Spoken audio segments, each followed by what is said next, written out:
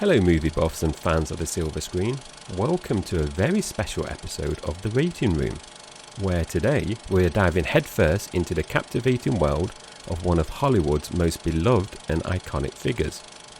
He's none other than the one and only Tom Hanks. From his early days treading the boards in community theatre to the grand stages of Hollywood's biggest blockbusters, Tom Hanks has enchanted us with his talent, his charm and his incredible range. Join us as we journey through his illustrious career, from the laughter of Big to the heart-wrenching drama of Philadelphia and everything in between. We'll explore the impact he's had on Hollywood, the characters that have become etched into our hearts, and the unforgettable moments that made us cry, "Wilson!" Without further ado, let's embark on the cinematic adventure as we celebrate the life, the career, and the magic of Tom Hanks. Cue the music.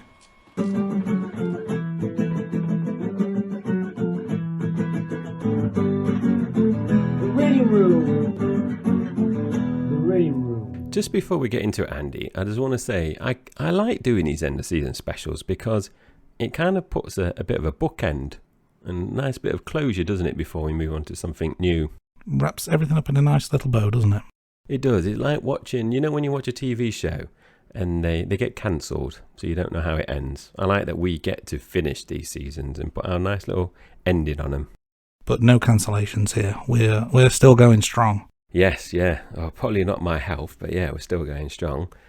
So let's get back into it. So Tom Hanks was born Thomas Jeffrey Hanks on the 9th of July, 1956 in Concord, California. Hanks was the third of four children, born to Janet Marilyn Frager, a hospital worker, and Amos Mefford Hanks, a cook. His parents divorced when he was just 4 years old, and he and his siblings were primarily raised by their father. Yeah, his mother was from a Portuguese family and his father had English as ancestry. Hanks is a distant cousin of President Abraham Lincoln, which I personally didn't know, Andy, before we doing the research for this episode. And incidentally, so is the actor George Clooney. So I thought there were a couple of fascinating facts. And Andy, before I let you jump in, I've got my DNA results from Ancestry.com through recently. And as you know, I originally come from Essex. I'm an Essex boy. So I think it was something like 75% of my DNA is English. It was around 20% Denmark and Swedish. And then the remaining bit was a mixture of Welsh and Irish. There you go. Kind of our resident Gaelic Viking, I guess. My grandmother was born and raised for a few years in South Africa. Oh, so okay. We've got an international flavour between the two of us, in a manner of speaking. Indeed. Like our audience all across the world. 5 continents, Andy. We've got listeners from 5 so continents. Which continent are we missing? We're Antarctica, I'm guessing. There's not so popular. Yes. And it is, from memory, Australia. Australia, is it? What is it? Oceania? Australasia. Yeah, Australasia, yeah, from memory. Well, you put me on a spot there, Andy. I had to think back. They've always been a bit behind the times over there, haven't they, anyway? So they'll get this in a few years. We do get visitors from Australia to our website, actually. But I don't think we've got listeners at the moment. They've got the internet in Australia. Well, that's... I'm going to insult people because no one's listening over there, are they? So let's have a go while we can. And based on my ancestry, and yes, apologies if you know this already, but when you put your DNA on the website, your DNA is obviously on there because they upload it, but you have an option where you can make it like available, and it will show you everyone that's done the same, where you share the same markers. So it actually puts it on the map of the world. So all the markers I've got. Like you mentioned about Africa, I've got no relatives in Africa, but I can see like across America, across Europe and Australia and New Zealand. I think it was something like 4,000 matches in terms of actual people that have logged on and registered and done the DNA test with them. There you go, we're learning things as we go along. If anyone's still listening, we are still talking Tom Hanks, so should we get back to it? But I didn't know. That was fascinating, Jay. I didn't know any of that. Now, something I did know is that Hanks has been married twice. Firstly, to an actress, Samantha Lewis, and they were married in 1978 and divorced in 87. And then in 1988, just a year later, Hanks married actress Rita Wilson, and they've been together ever since. Yes, I didn't know he was married twice. I knew about Rita Wilson, and we've mentioned Rita Wilson in one of our episodes during season 2. And also, Tom Hanks has 3 sons, one from his first marriage, and that's Colin, and I know I've mentioned him before because he's in Band of Brothers, and 2 from his current marriage with Rita Wilson. And for the listeners out there who do have an interest in sports, with me and Andy, we do like football, English football, that's soccer to our American listeners. Hanks supports the English football team Aston Villa. Now, I knew that because you do see him sometimes in the stadium, so it does make our news. Yeah, I knew that as well. I'm not sure how or why he came to pick Aston Villa, whether it was name out of a hat type thing, or he's got some affinity with the Birmingham area, but an interesting choice. I do remember when we were writing this, Andy, that it was from the 1980s when he started to support Aston Villa. So he's been doing it for a while. He's obviously not seen much success during that time with Aston Villa. Well, they had the European title in '82, didn't they? I think it was. Yeah, and it was after that. A lot of nothing ever since, I think. Pretty much. But I can't speak being a Forest fan myself. But anyway, let's not talk football. We'll bring the mood down. Hanks developed an early interest in acting. His father's influence played a role in nurturing this passion. When his father remarried, Tom moved with his family to Oakland, California, where he attended Skyline High School. And it was during his high school days that he started participating in the school plays. Yeah, so after high school, Hanks attended college in California, where he continued to explore his interest in theatre. And then he transferred to university in Sacramento, but dropped out to pursue acting full-time. Hanks's breakthrough in film came in the 1984 romantic comedy Splash, directed by Ron Howard, and the film's success helped establish him as a rising star in Hollywood, and that's a film that I really liked, and I remember watching that. Yeah, that's a classic if ever there was one. Now, obviously, we're going to talk about Hanks's film career in a bit more detail, but before we do, let's just talk about some of his other interests and efforts. He's known for his philanthropy and support for various charitable causes. His involvement in charity work and his use of his platform has raised awareness for social issues, setting a positive example for others in the industry to make a difference beyond the screen. Yeah, it's very heartwarming when people, use their celebrity power, fortune to help other people. And as Andy mentioned, Tom Hanks has been involved with lots of different organisations, charitable events, and some of the ones that he is currently or has been involved with are over 30 charities at the time of recording, and that includes American Foundation for AIDS Research, Cancer Research Institute, Children's Health Fund, Red Cross, and many, many more. Yeah, it's always nice to hear about your heroes using their power for good. Now, one thing we did in season 1 quite a bit of this, but not so much season 2, was memorable movie quotes. Now, there's quite a few attributed to Tom Hanks, so we've prepared a few here, haven't we? Jay, you go first. Let's take a handful each. What are some of your more memorable quotes that you remember from Hanks? Listeners of season 1 will know that I cannot act, and I don't put on any voices, so I'm just gonna say them, Andy. So feel free if you want to do any kind of voice acting. I'll put you on a spot now. You might feel like you're obliged to do it, but this is one that I think is probably one of his most famous ones, and it is from the film A League of Their Own, the baseball classic film. And Andy, I watched baseball recently, and it's very boring. I couldn't get into baseball. Very slow. Now, this is the quote. "There's no crying in baseball." That's pretty good, yeah. Now, one of my favourite quotes is from one of my favourite films, and that is, "My mom always said, life is like a box of chocolates. You never know what you're going to get." That was my Forrest Gump impression. No, very good. It's not my best. Whenever we talk about Forrest Gump, Andy, it just comes to mind that story that you told us during the Forrest Gump episode, where the person impersonating Forrest Gump said something about you being a bit Shall I tell the story again at this point? Recap it. So back in 2004, I was on holiday with my girlfriend, my sister, and my sister wanted a photograph with Forrest Gump, who was in San Francisco outside the Bubba Gump shop. And this was a Forrest Gump impersonator, not Hanks himself, obviously.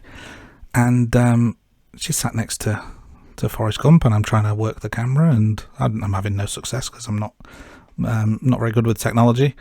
And she's having to tell me how to use the camera. And Forrest Gump just turns to my sister and says, "Your brother is not a smart man." I love that. And so another famous quote by Hanks, and it's another film that we didn't cover in season 2, and again one of my favourite films. This is from the 1995 Apollo 13 film, and this is a famous one. This is, "Houston, we have a problem." Yeah, that's a cultural quote, not just a film one, isn't it? I'll take one here, and I'm going to put you on the spot, Jay. I'm going to ask you to guess which film this is from. Okay. The quote is, "You've got mail." Oh, that's a difficult one, Andy, that one. What could it be? Is it Postman Pat? Oh, it's close. No, it's Postman Pat 2. No. Of course, you know, sometimes it's that simple. But yeah. It's a film that is... I like romantic comedy films. And I think that would be in my top 10 romantic comedy films, regardless if it's Hanks, just generally, because I really do like that film. And it's just, if I watched it with any of my kids, it would just be so dated, because from memory, it's dial-up internet as well, isn't it?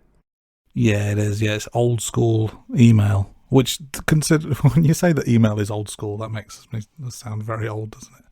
Yeah, if they did that today, it would be, I don't know, you swiped left or right. I don't know which way it is, but you swipe a certain way, don't you?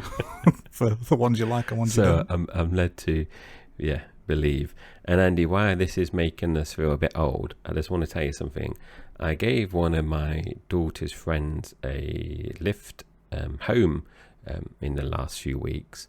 And in the back of my car, I've got, my car's not very fancy. I've got the manual, bits that you have to turn to wind down the window. Yeah. The little handle thing that you wind around. And she looked at it and said, "What's that for?" It's like to wind down the window. And he's like, "Oh, we have buttons." So yeah, that just made me feel old, that did. And obviously I'm only in my early 40s, as Andy reminds us nearly in every episode. Yeah, I mean, I don't need to say anything. You've said it enough for yourself. So this next one is a bit longer. It's from the Turner and Hooch film from 1989. Again, a very good film. We didn't cover this one. We had to be really strict in terms of the films that we rewatched, or sometimes in my case watched for the first time in season 2. Now, these are the simple rules. No barking, no growling. You will not lift your leg to anything in this house. This is not your room. And a lot of people are probably aware that the Turner and Hooch had a TV series on Disney Plus in the last few years, which, if I recall, we watched the first season and I think it got cancelled. And from memory, it was based on Tom Hanks' character's son. So Tom Hanks passed away, and the son inherited the dog. I don't think it can't be the same dog, but inherited a dog. And he was a copper as well, policeman. Yeah, no, that's a good quote, that from a good film. Not a romantic comedy in the same, that's not a line he was giving to a girlfriend, that was to the dog. Just to clarify for any listeners out there. Moving on, last one from me. Toy Story, absolute classic of a film from 1995. This town ain't big enough for the two of us. There's a few different ones, isn't there, from Toy Story, and that is, I think Toy Story, obviously Buzz Lightyear has some classics, and obviously Woody has one. Now, Andy's has obviously alluded to this next one early on in the intro, and this is from the Castaway film from 2000. Wilson! That's nicely done. That's my bit of acting. Yeah, nicely done, Jay. Thank you. Now, That's the quotes. Now, looking at Tom Hanks' impact, he's had a massive impact on Hollywood in numerous ways. And we're just going to touch on some of these now. So when you look at the box office, Tom Hanks, and obviously listeners that have been listening each week, we talk about the box office draw. So some of these, you'll know that he brings in lots of money. And he's been consistent in the box office draw throughout his career. Yeah, his involvement in film is pretty much a guarantee of commercial success. It's made him a really bankable star in Hollywood. And to date, as of this recording, on this hot, sweaty night in September 2023, his films have generated over $10.8 billion in worldwide box office returns. Yeah, it's a fascinating, remarkable number, really. And when you look at the top leading actors for the US domestic box office, he's actually ranked number 5 in terms of generating box office. Now, he's only behind Samuel L. Jackson, Robert Downey Jr., Scarlett Johansson, and Chris Pratt. Now, there's a theme there in terms of those actors, and it's a fascinating observation, really, because all those actors have obviously appeared in the MCU films, so they make cameo appearances. They're obviously lead as well. So there's a lot of films that they're actually in. And if you remove the MCU franchise from the numbers, then that would mean Tom Hanks would be king of the box office. That is a fascinating observation. I completely agree.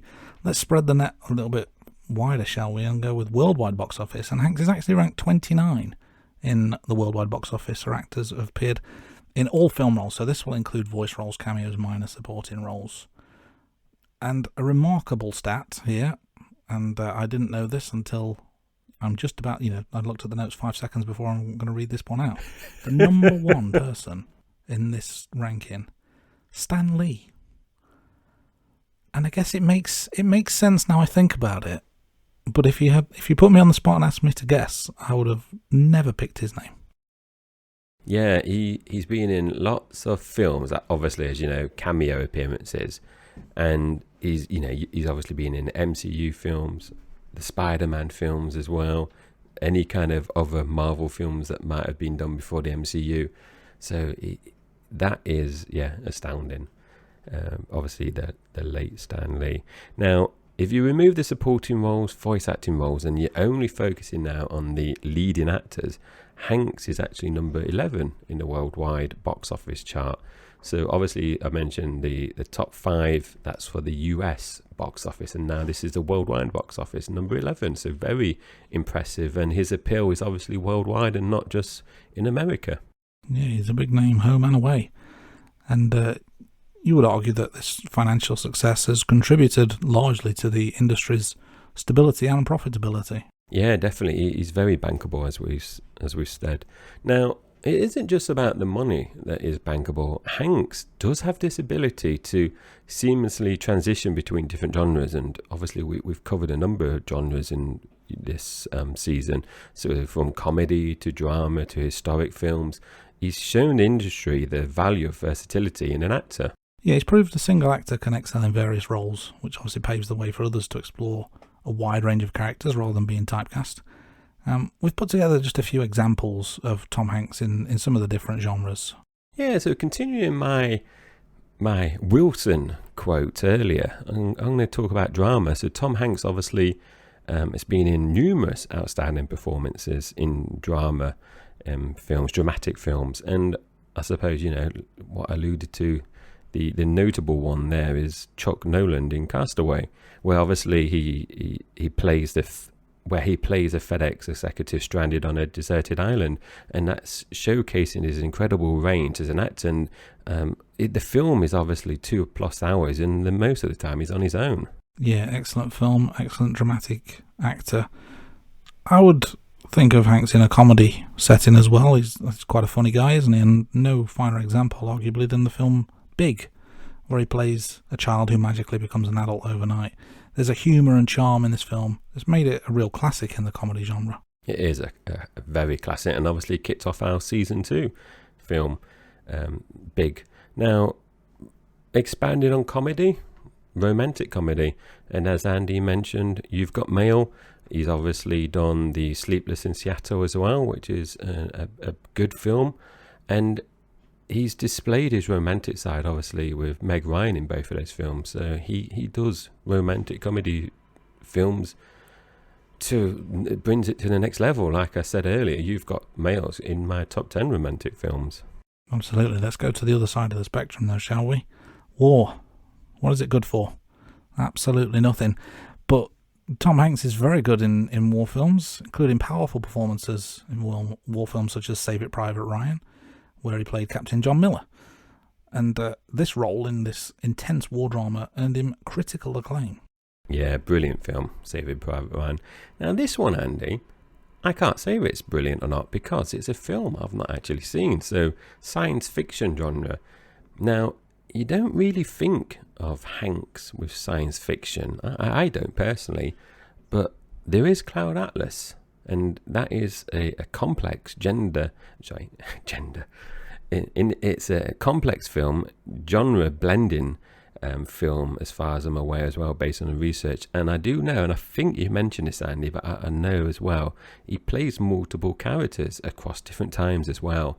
So again, it's another opportunity to showcase his versatility. So like I said, I've not seen it, so I don't know if you've got any thoughts on that, Andy. You want to talk about it later, but Cloud Atlas, sci-fi.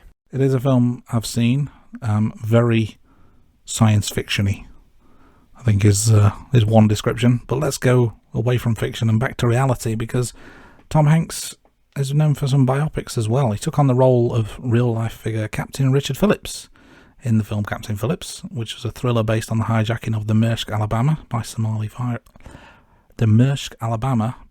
pirates, easy for me to say.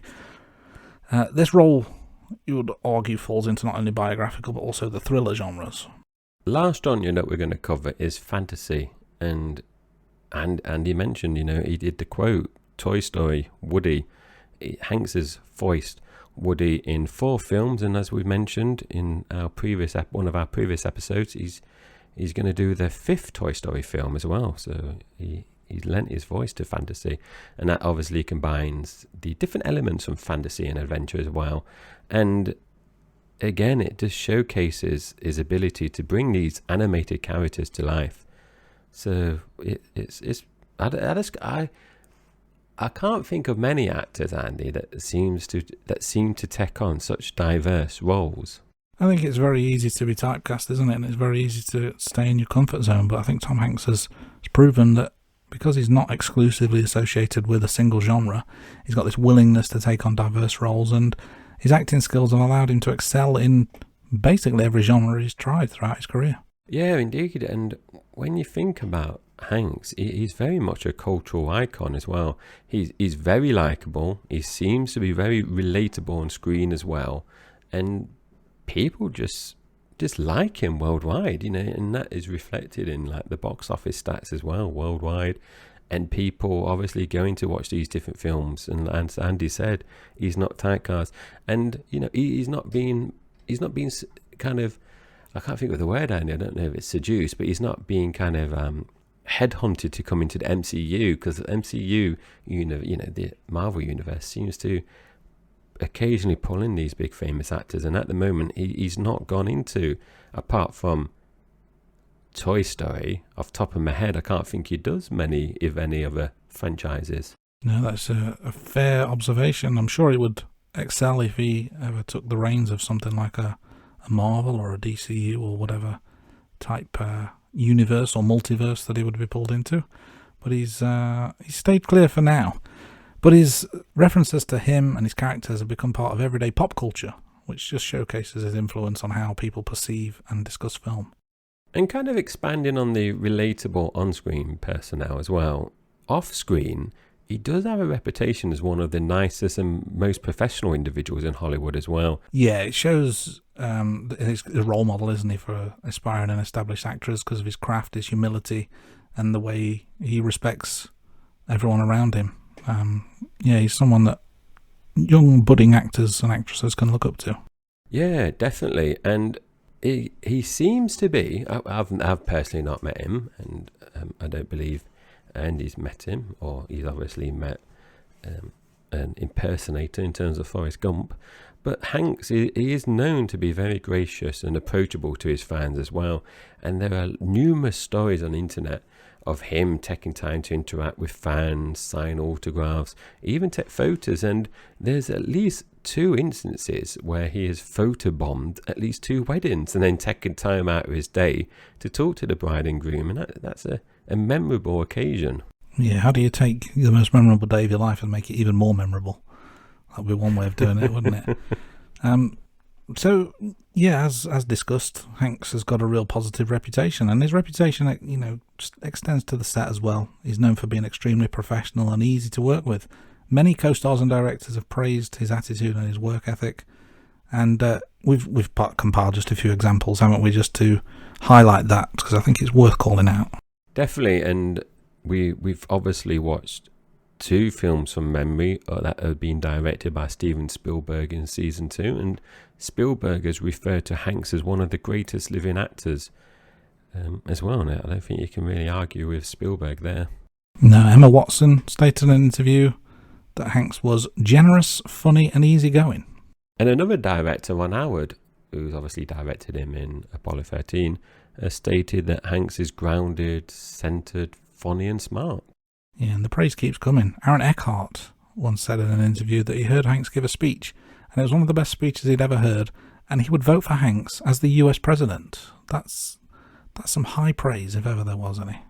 Yeah, and I don't know what his politics is in terms of Hanks, and we don't talk about politics on this podcast, but we've obviously seen famous actor becoming a US president in Reagan, and we've obviously seen Arnold Schwarzenegger being is it a senator? The governor of California. That's it, and yeah, as well. So you can imagine if Tom Hanks did that, he'll surely get a few votes. Now, let's talk a bit more. We talked about his on-screen, off-screen. So away from acting, he does have a significant role as a producer and filmmaker. And he's got a production company called Playtone, and it's been involved in successful projects like the miniseries Band of Brothers and From Earth to the Moon. Yeah, so this demonstrates his ability to shape compelling stories, contribute to the industry on a wide range of capacities. So let's talk about Playtone for a little bit, shall we? Because it's obviously very important to his life and career, and it's not something we've spoken about on previous episodes, but the company was founded in 1998 by Hanks and the producer Gary Gertzman.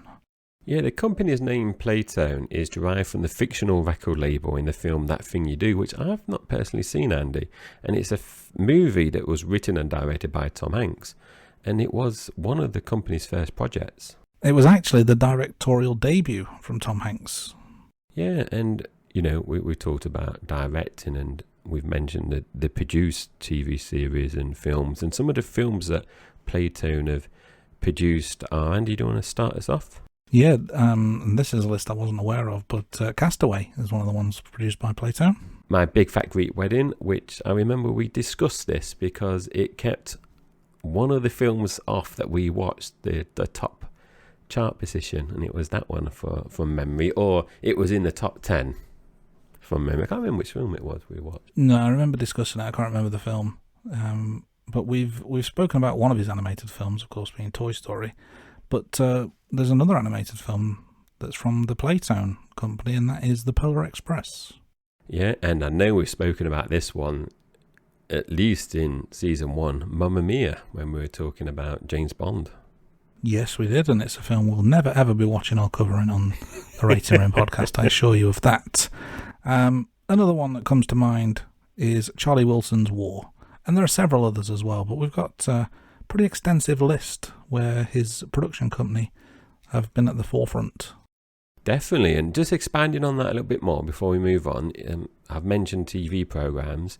Now, Playtone have also produced, Band of Brothers that I mentioned before, but also Big Love, The Pacific, and an upcoming Apple TV Plus exclusive called The Masters of the Air with Steven Spielberg. Yeah, and overall, you'd have to say Playtone is known for its commitment to producing engaging and impactful content across the different mediums and genres. One of the things that we did in season 1 when we focused on the different James Bond actors was when we we talked about the awards and honours, and we've mentioned some of the awards that Tom Hanks has achieved during season 2. So we're just going to go through some of these now, because he's earned critical acclaim, multiple Academy Awards, nominations. There's loads of things that has made him one of the industry's finest actors, and some of the highlights are here, Andy. Yeah, this is an extensive list and well deserved. 6 Academy Award nominations, including consecutive wins for Best Actor for the films Philadelphia and Forrest Gump. 12 Primetime Emmy Award nominations for his work on television, which includes 7 wins for his work as a producer. He got a nomination for a Tony Award for Best Actor in a Play for Lucky Guy. 5 BAFTA nominations. 5 Golden Globe Awards out of 11 nominations total. And there's many, many, many more. There's too many that we could go through. Be here for hours going through the awards and honours that he's got. Talk about honours. There's a few here that we just wanted to kind of just highlight. Yeah, the AFI Life Achievement Award in 2002 was a significant one. The Presidential Medal of Freedom in 2016.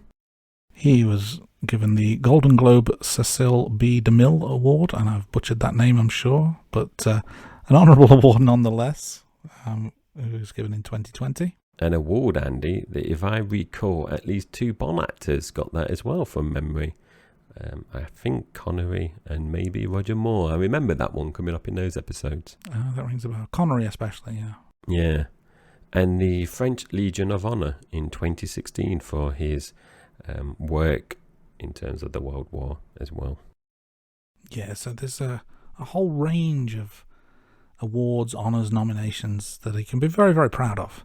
But what he really wants to know, and what everyone wants to know, is how did he rank on our rating room rankings?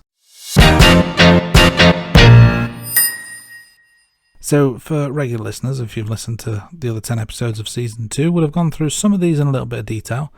But we're going to give you all the juicy ratings and rankings for every film that graced our screens this season, covering the highs and lows of our cinematic journey into what we're calling the Tom Hanks Top 10, which is really just a random 10 films that we picked, but let's not let the facts get in the way of a good story, shall we? Let's do as we always do. Let's start with some run times. Jay, why don't you kick us off? Just before I jump into it, remember you can get all these from our website as well, www.theratingroom.com. So that's the last time I'm going to say that. So you just look at the website if you do want to see the full list. Now, run times. Number 1, The Green Mile, 3 hours 9 minutes. Number 2, Saving Private Ryan, 2 hours 50 minutes. Castaway at 2 hours 23 minutes in 3rd spot. 4th spot, Forrest Gump, 2 hours 22 minutes. And last one from me, number 5, Catch Me If You Can, 2 hours 21 minutes. Yeah, our 6th longest film in Season 2 was Captain Phillips at 2 hours 14 minutes, followed by Philadelphia at 2 hours and 6 minutes. Road to Perdition clocked in at 1 hour 57 minutes to put it in 8th spot. Big was 1 hour 44. And the shortest film that we watched during Season 2 was Toy Story, which was just 1 hour and 21 minutes. Now, let's talk money, shall we? That's what we really like to talk about on the Rating Room podcast. The box office. So, for the same 10 films, we talked about the budget worldwide box office, and then we ranked them by adjusted box office order. So, using that criteria, top of the pile was Forrest Gump from 1994, which had a budget of $55 million, worldwide box office of $679.8 million, and the all-important adjusted box office was just under $1.4 billion. Absolute juggernaut there. Saving Private Ryan was not too far behind, with a $68 million budget, $485 million worldwide box office, and just over $902 million in the adjusted box office stakes.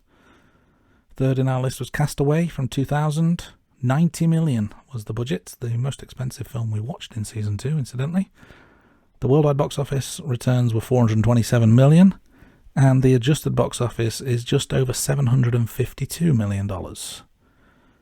Toy Story, number 4, was made in 1995 with a $30 million budget, so quite sensible compared to some on the list. Generated $365 million worldwide. Adjusted for inflation, that is now $727 million. And number 5 on our list was 2002's Catch Me If You Can. $52 million budget yielded $355 million of worldwide box office and just under $600 million in the adjusted box office stakes. And continuing the Green Mile in number 6 position, $60 million budget, nearly $291 million in terms of worldwide box office, and that means the adjusted box office was $529 million, just over. 7th spot, Philadelphia, $26 million budget, just over 201 worldwide box office.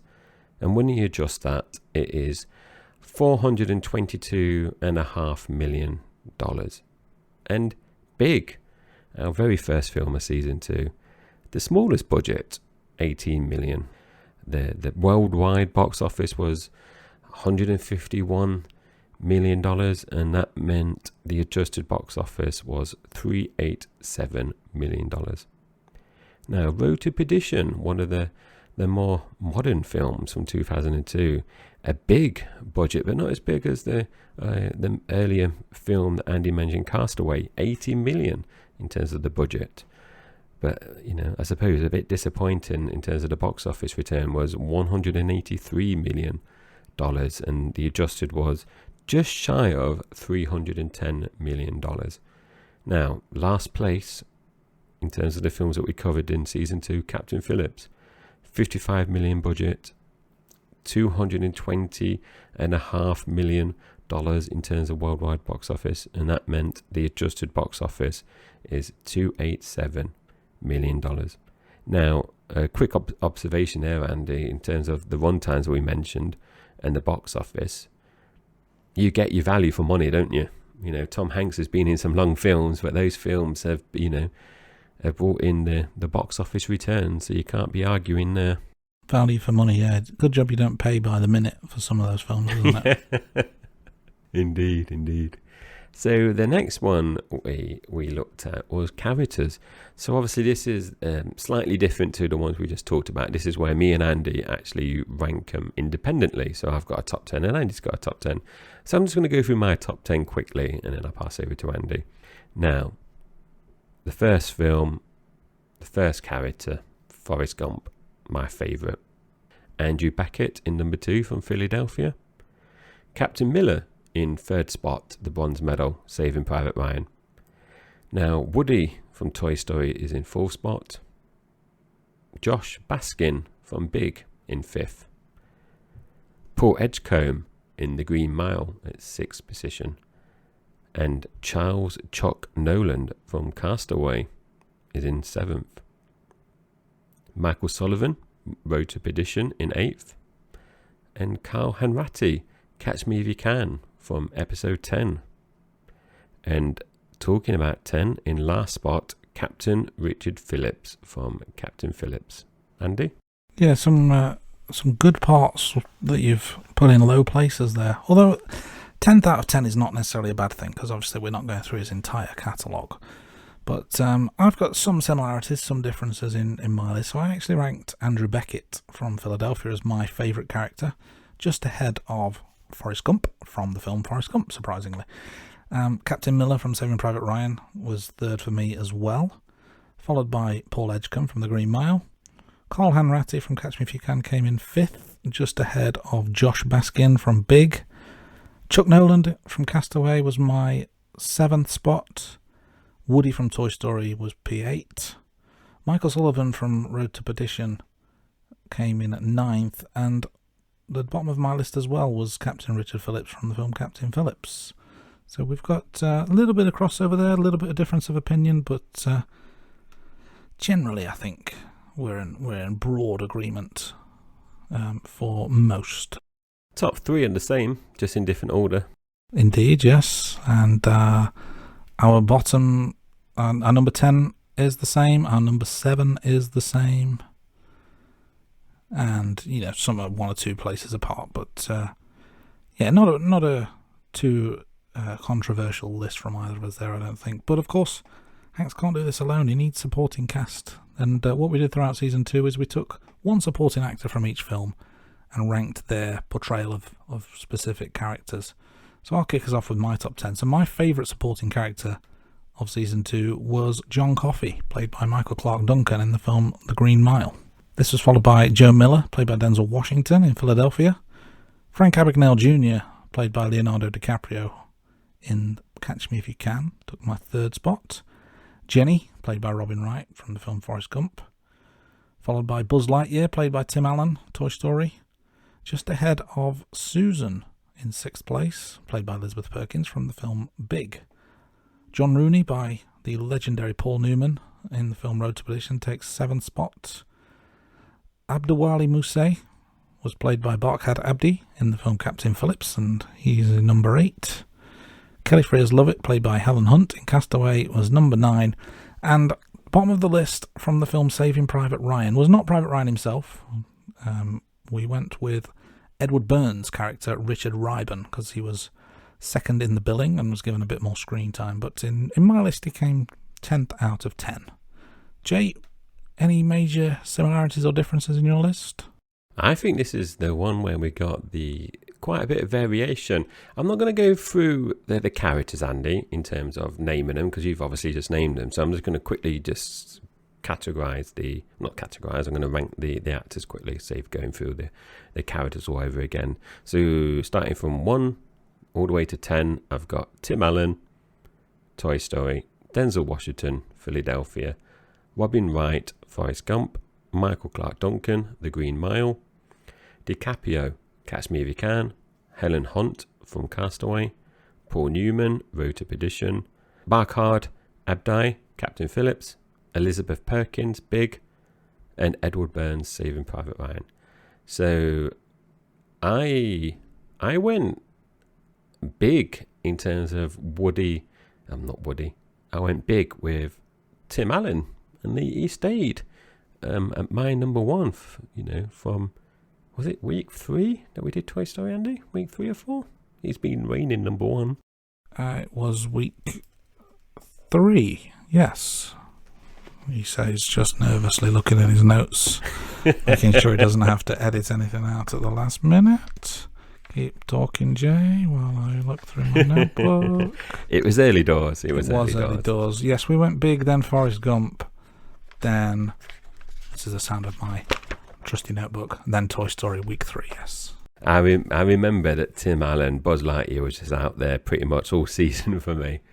As well as yours, obviously would change depending on the films each week, because obviously Green Mile and stuff like that, Catch Me If You Can, came later on in the season. So there are, and I suppose for me, there are some quite differences in terms of like Helen Hunt, mid-table for me, but you had a fighting relegation in your list. We went in with open eyes, and obviously it's not like season 1 where we had a bunch of villains and a bunch of Bond girls, and you could give similarities and differences. These are very different roles, different films, different genres, so sometimes it can be quite tricky to give them a ranking, but we certainly did our best, and if anyone out there disagrees or has their own view, we'd love to hear from you. Definitely, and continuing the rankings is the all-important film rankings, so I'm going to kick us off this time. Again, 1 to 10. Forrest Gump achieved the season high for me, 9 out of 10. Saving Private Ryan, number 2, 9 out of 10. So as we said countless times, we're not having any joint spots. So Forrest Gump is my reigning champion in season 2.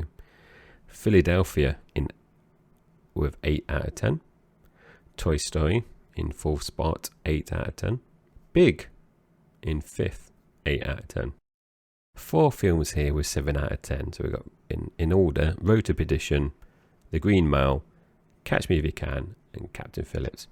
And my lowest rated film in season 2, which might be surprising, it won't be if you listen to that episode, but before this I was expecting this film to be a bit higher, was Castaway with 6 out of 10. So and Andy, before I pass over to you, that meant the average was 7.6 out of 10. So a above average rating this season. Yeah, it's a healthy overall score. We did watch some real quality, didn't we? Yeah, so my top 10 is as follows. Forrest Gump with the perfect 10 out of 10, tops my list. The Green Mile was 9 out of 10. Philadelphia was also a 9 out of 10. I had Saving Private Ryan in fourth with 8 out of 10, followed by Catch Me If You Can, which also was 8 out of 10. Then I had Big, Toy Story, Captain Phillips, all with 7 out of 10 in that order. Castaway, like you, was a 6 out of 10, but that was 9th spot, not 10th, as propping up my table was Road to Perdition with 5 out of 10. So despite some differences, some similarities, I've been a bit more varied with my range of marks. Even after all that, I also have an average of 7.6 out of 10. So our overall thinking is basically the same, even though our individual film ratings may be different. It is remarkable, Andy, because I think you commented last week in Catch Me If You Can episode that my scorings were the difference was quite small, in terms of my top and bottom, and you've got a 5-point difference between your top film and your bottom film there, whereas I've only got 3. Andy, before we move on, I just wondered, I want to put you under a bit of pressure now, a bit of a spotlight, because I've not mentioned this.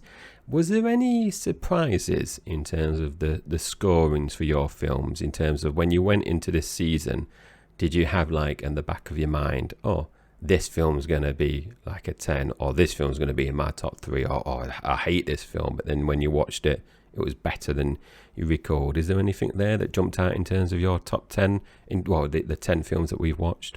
So I think from a negative point of view, Castaway, I seem to recall being much, much better than it was. It was fine. It just, lacked a bit of pacing and direction, and it just didn't completely do it for me. Still solid but unspectacular. So that was a bit surprising, because I seem to remember it being absolutely excellent.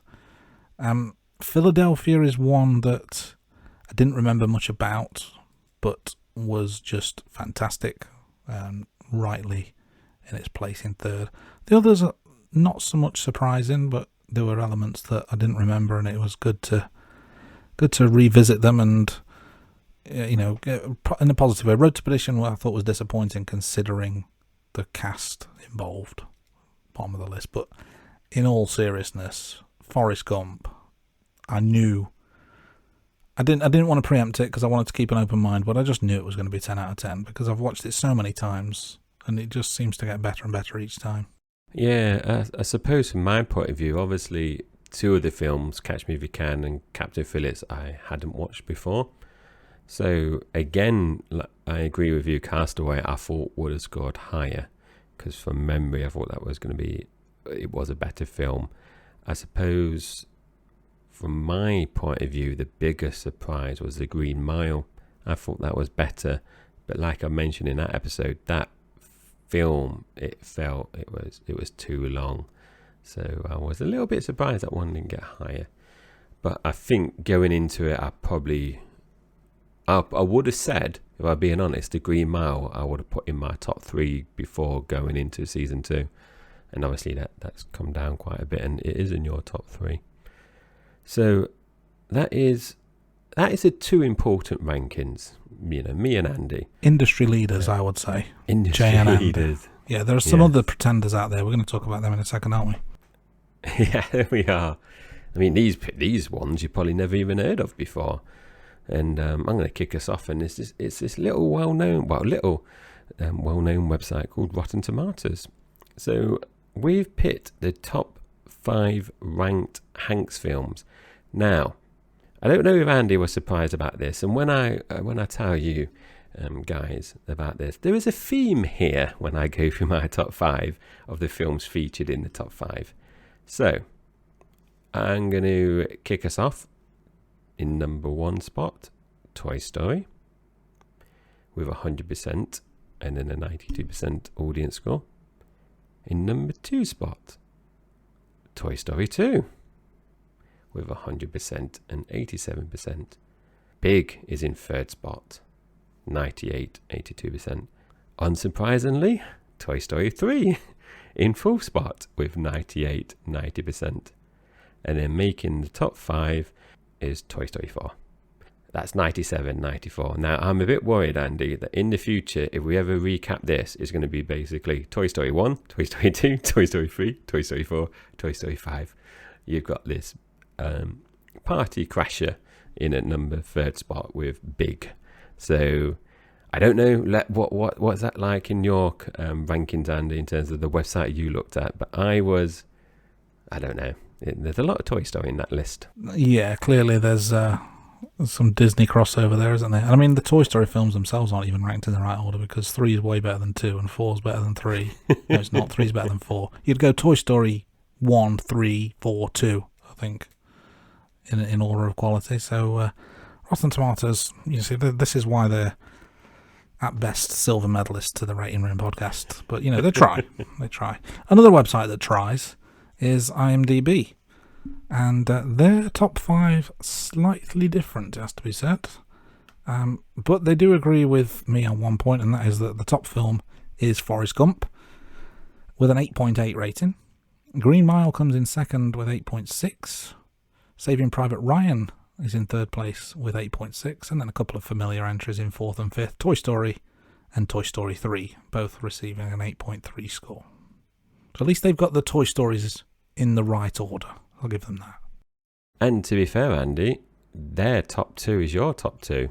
And Saving Private Ryan only just misses out in your top 3 as well. Indeed. It's maybe we've got listeners that contribute to the IMDb website and they just use it. They're copying my homework. I doubt that's happening, but my lawyers have advised me to say that was clearly for entertainment purposes, and there's no truth to that whatsoever. So, as we mentioned, we picked 10 Tom Hanks films randomly in this season. So there are obviously a lot of films that we haven't managed to cover in season 2. Yeah, there's a few that would probably like to, but didn't have the opportunity to. But you never know. We might include some of these in the future. Jay, what were some of yours that you'd have liked to have rewatched and recorded? I know when we originally started talking about and mapping out season 2, Andy, I know some of these were on now wider list before we kind of really focus on the 10. So I mentioned this earlier. Splash, very good film with the beautiful Daryl Hannah. Dragnet is just, I remember watching that as a kid. It's an 80s classic, that is, with Dan Aykroyd, and it's a good buddy cop film, and I love buddy cop films as well. Turner and Hooch, and it's another 80s classic and another buddy cop film, but obviously with a twist this time because his partner is a dog. A League of Their Own. Hanks might get top billing as the coach, but he's brilliantly supported by Gina Davis, Madonna, Laurie Petty and Rosie O'Donnell. Apollo 13, I mentioned earlier. Fantastic film, and again another film with a strong cast. You've got Kevin Bacon, Bill Paxton, Gary Sinise, Ed Harris. I've mentioned this a couple of times already. You've Got Mail, the dial-up internet rom-com, and that's Hanks, Meg Ryan, and what else do you want in a film in terms of romantic comedy? Now, the Robert Langdon trilogy, I'm a bit mixed here because that's obviously Da Vinci Code, Angels and Demons, and Inferno. Now, I really enjoyed the books, and in my head, when I read the books, so I read them before they made the films, I never imagined Hanks in my head for this character, so I wasn't overly pleased. Even though we both like Hanks, I personally wasn't overly thrilled with the Hanks casting, but the films are okay. And a quick observation, Andy, the films that I tend to like are definitely from the 80s or 90s, that you seem to get the bigger hitters in those decades, putting aside Toy Story. What about you, Andy? Any ones that you think are something you'd like to cover in the future? Well, you say putting aside Toy Story, that was 95. That was right in the middle of peak Hanks era, wasn't it? Yeah. So some great films there. I'm not going to repeat any. I'll try and come up with an original list, but your list is fantastic, and I'm sure we would have enjoyed most of them. I've added a few others. So Sleepless in Seattle. Would you say that's the original Hanks and Ryan rom-com? I suppose it depends how you look at it, because there is a film where they actually featured together before that, the Joe versus the Volcano film, which they appear together, and they are a couple in that film, especially at the end. So I think if you think about Hanks and Ryan, I personally do not think about Joe versus the Volcano. You do think about Sleepless in Seattle and You've Got Mail. Yeah, so maybe got me on a technicality, but Sleepless in Seattle is one I remember as being a classic. Another film that I've not seen or particularly familiar with until we did the research is That Thing You Do. It's the directorial debut of Hanks, so it feels like a real milestone moment in his career, so that might have been an interesting one to record. The Terminal, another film based on a true story, seem to remember this one being good. And the film Sully, again, true story based on an event that happened not that long ago, actually. I think the real life event that it's based on was only back in 2009, so it's within living memory. So that's another twist on things. And just for giggles, really, this technically shouldn't be on the list because Hanks only has a cameo, but the film Borat subsequent movie film, or to give it its full title, breathe in, Borat subsequent movie film, delivery of prodigious bribe to American regime for make benefit once glorious nation of Kazakhstan. It's just a fun film. I think we could have had fun recording that, and there's probably loads of audio that we wouldn't be able to use as a result. So Andy, I'm going to make a confession there. The 5 films that you've picked out there, I've only ever seen Sleepless in Seattle. So if I'm putting you on the spot, Andy, actually, I know you said you're not seeing That Thing You Do. If you had to direct in terms of saying, Jay, you've got to watch one of those other ones, which one would you pick for me? So Sleepless in Seattle is the one you've seen. That would be the list out. I would say probably The Terminal. I think that's a really good film. And it's a different side to Hanks because I believe he plays a foreign national, if memory serves. He doesn't play an American, so he's got a bit of an accent thing going on. Yeah, I haven't seen the film, but I'm aware of the storyline because I believe that the person it's based on died in the last year in real life. I didn't realise that, yeah. So, poignant reason to watch it. But yeah, I'd recommend that. I believe Catherine Zeta-Jones is the co-star of that film. She's in that, yeah. Very good film, but Sully's a good one as well, and Borat is just silly. But, technically not a Hanks film, so if you're wanting to watch a film for the acting chops of Tom Hanks, Borat's probably not the one to pick. So I would go with The Terminal. So that's Andy's recommendation, and I just want to say there are some films by Tom Hanks that I didn't enjoy, and I've kind of mentioned it already. Joe versus the Volcano is a film I just don't like that film. I don't like that film at all. It's silly. The Lady Killers, the remake. My dad, from memory, likes the original. It's a film I just can't get on with. And The Burbs. Now, that is a film that when I was a kid or, a young adult, because Andy will probably pick up on my age here, it's a film that I did find scary when I was younger, but I have rewatched it at least twice, and I just don't like it. I just can't put my finger on it. I just don't like that one. So, Andy, is there any films that you've seen that you dislike or you wouldn't recommend? It's difficult because I'm such a big fan of Hanks, hence why we covered it in season 2. The one film that comes to mind that I watched and didn't enjoy was Cloud Atlas. Now, Cloud Atlas, as you mentioned earlier, is a bit science fiction-y. It's basically, I think it's split into 6 different stories in different time zones, not time zones, like time frames, like thousands of years apart. And it's 6 different sets of characters, but all played by the same actors. So Hanks plays 6 parts, Halle Berry plays 6 parts, whoever else in it plays 6 parts. And I just don't know how they'll link together if they do. It was very confusing, very messy, and it's about 73 days long as well. So not one I would recommend. You know, when you say that they play the same characters, in my head I just think of that Eddie Murphy film. You know, when he plays... Oh, like Norbit or Nutty Professor, those kind of things. Yeah, I mean, it's. I should probably clarify. Within like the mini story, they've all got their own individual characters, but there's like 6 mini stories that I don't know how they link together. And it's just really bizarre. It's really long and really dull. Well, yeah, I'll stay away from that one, Andy. We can't end the episode on that note. I think it has to be said, our overall feeling is season 2 has been very, very enjoyable, and Tom Hanks is an industry legend, one of the greatest actors of all time. Certainly, I would say probably one of my 2 or 3 favourite actors ever. So we really appreciate his continuing work in the genre. But that is the end of today's episode. We thank you for tuning in. We hope you enjoyed it. We do love hearing from our listeners, and we do encourage you to email us with any feedback, questions, suggestions that you may have. And, you know, if you disagree, let us know. Your input does help us create better content, and it does make the show more engaging for everyone. As always, don't hesitate. Reach out to us on theratingroom@gmail.com, and we'll, of course, respond to every email that we receive.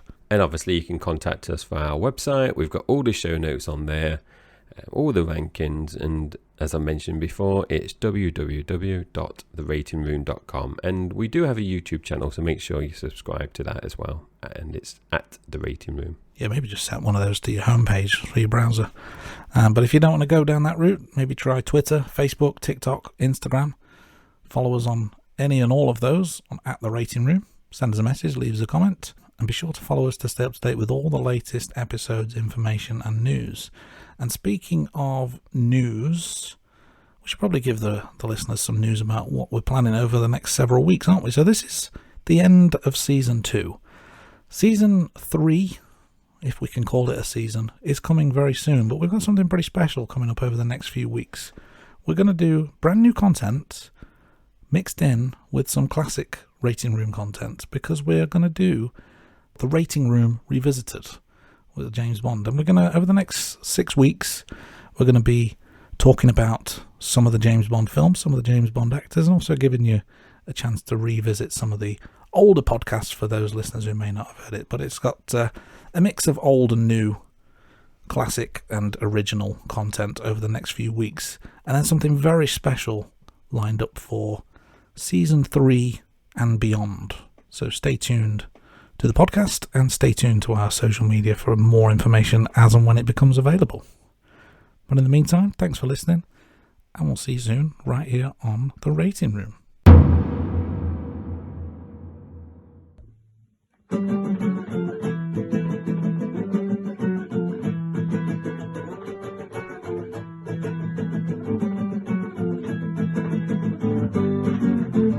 Rating Room.